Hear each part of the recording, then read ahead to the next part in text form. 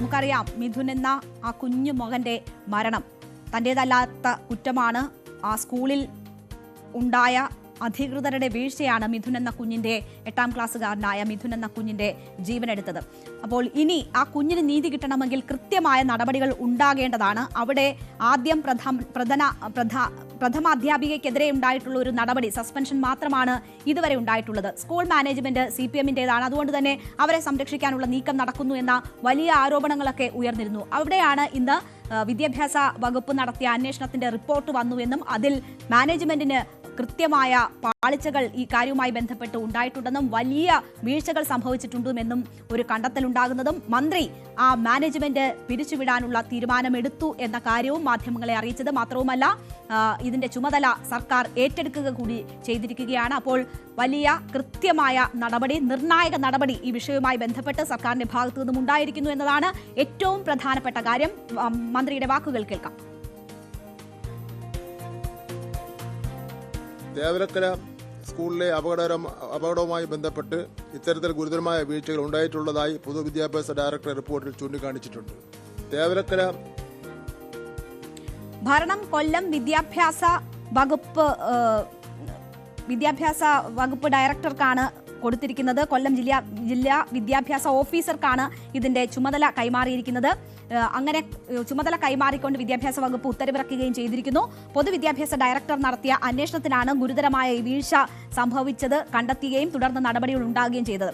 School manager CPM Mynagappally കിഴക്ക് local committee സെക്രട്ടറിയുമായ G. Thulaseedharan Pillai നൽകിയ വിശദീകരണം തൃപ്തികരമല്ല എന്നതാണ് കണ്ടെത്തിയിരിക്കുന്നത്. അദ്ദേഹം ഇന്ന് ഈ നടപടി എടുത്തതിന് ശേഷം പ്രതികരിച്ചിട്ടുണ്ട്. അദ്ദേഹം പറയുന്നത് തന്റെ മാത്രം കുറ്റമല്ല എന്ന രീതിയിൽ പറയുന്നുണ്ട്. എന്തായാലും അദ്ദേഹം നൽകിയ വിശദീകരണം തൃപ്തികരമല്ല എന്നത് മന്ത്രി ചൂണ്ടിക്കാട്ടുന്നുണ്ട്. സ്കൂൾ മാനേജ്മെന്റിന്റെ 11-അംഗ ജനകീയ സമിതിയിൽ എല്ലാവരും CPM പ്രാദേശിക നേതാക്കളും പ്രവർത്തകരുമാണ്.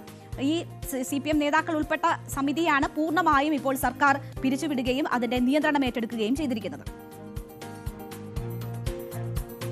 KER ചാപ്റ്റർ 3(9) പ്രകാരം ഉള്ള കടമകൾ നിർവഹിക്കാത്തത് കൊണ്ട് 7 പ്രകാരം മാനേജർ നടപടിക്ക് അർഹനാണ്.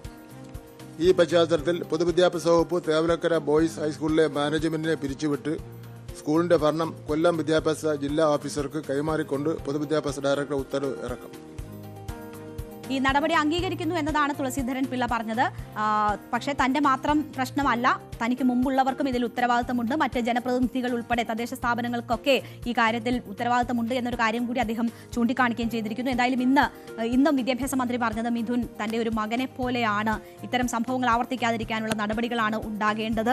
അത് ഉറപ്പാക്കാനാണ് സർക്കാർ ശ്രമിക്കുന്നതെന്നാണ് വിദ്യാഭ്യാസ മന്ത്രി പറഞ്ഞത്. തീർച്ചയായും ഒരു വീഴ്ച സംഭവിച്ചു എന്നത് വസ്തുതയാണ്. ഇനി അത് ആവർത്തിക്കാതിരിക്കാനുള്ള നടപടി ഉണ്ടാകണം. മാത്രവുമല്ല കുഞ്ഞിന് നീതി കിട്ടാൻ വേണ്ടി ആ കുറ്റക്കാരെ കണ്ടെത്തി ശിക്ഷിക്കുക എന്നതുകൂടി ഉത്തരവാദിത്തമാണ്. അതിലേക്ക് സർക്കാർ നീങ്ങുന്നു എന്ന കാര്യമാണ് മന്ത്രി പറഞ്ഞത്. അതിനൊപ്പം തന്നെ പ്രതീക്ഷ നൽകുന്ന മറ്റു ചില കാര്യങ്ങൾ കൂടിയുണ്ട്. ചില തുടർ നടപടികൾ കൂടി മന്ത്രി പ്രഖ്യാപിച്ചിരിക്കുകയാണ്. സ്കൂൾ സുരക്ഷ സംബന്ധിച്ച് മെയിൽ പുറത്തിറക്കിയ സർക്കുലർ അനുസരിച്ച് ചെക്ക് ലിസ്റ്റ് തയ്യാറാക്കി തുടർ നടപടി. ഉദ്യോഗസ്ഥ സംഘം സ്കൂൾ സന്ദർശിച്ച് 3 ആഴ്ചയ്ക്കുള്ളിൽ റിപ്പോർട്ട് സമർപ്പിക്കണമെന്ന് പറഞ്ഞിട്ടുണ്ട്. മുഖ്യമന്ത്രി ജില്ലാ കളക്ടറുടെ യോഗം വിളിച്ചിട്ടുണ്ട് എന്ന കാര്യം പറയുന്നു. പൊതുവിദ്യാഭ്യാസ ഡയറക്ടറുടെ നേതൃത്വത്തിൽ സേഫ്റ്റി സെൽ രൂപീകരിച്ചു. അതാണ് എനിക്ക് ഏറ്റവും പ്രധാനപ്പെട്ടതായി തോന്നുന്നത്. കാരണം ഈ സേഫ്റ്റി സെൽ രൂപീകരിച്ചുകൊണ്ട് പൊതുജനങ്ങൾക്ക് പരാതി ഉണ്ടെങ്കിൽ ഈ സെല്ലിനെ അറിയിക്കാനുള്ള ഒരു ഇടപെടൽ കൂടി സർക്കാർ നടത്തുന്നു. നമുക്കറിയാം ഈ സ്കൂളിൽ തന്നെ ഇങ്ങനെ ഒരു വീഴ്ചയുണ്ട്, ഇത് അപകടകരമാണ് എന്ന് പലർക്കും തോന്നിയിരുന്നു. പക്ഷേ ഇത് ആരെ അറിയിക്കണം, എന്ത് ചെയ്യണം എന്നതൊക്കെ വളരെ സംശയത്തോടു കൂടിയാണ് അവർ കണ്ടിരുന്നത്. ഇപ്പോൾ ഒരു സേഫ്റ്റി സെൽ രൂപീകരിച്ചിരിക്കുകയാണ്. അതിന്റെ വിവരങ്ങൾ പുറത്തു വന്നാൽ നമുക്ക് ആർക്ക് വേണമെങ്കിലും ഇങ്ങനെ ഒരു സുരക്ഷ സംബന്ധിച്ചുള്ള ഒരു പരാതി ഉണ്ടെങ്കിൽ അവിടെ അറിയിക്കാനുള്ള ഒരു സാഹചര്യം ഉണ്ടാകും. അത് കുറേ അധികം കാര്യങ്ങൾക്കും സ്കൂളുകൾക്കും സഹായകമാകും എന്നതാണ് മനസ്സിലാകുന്നത്.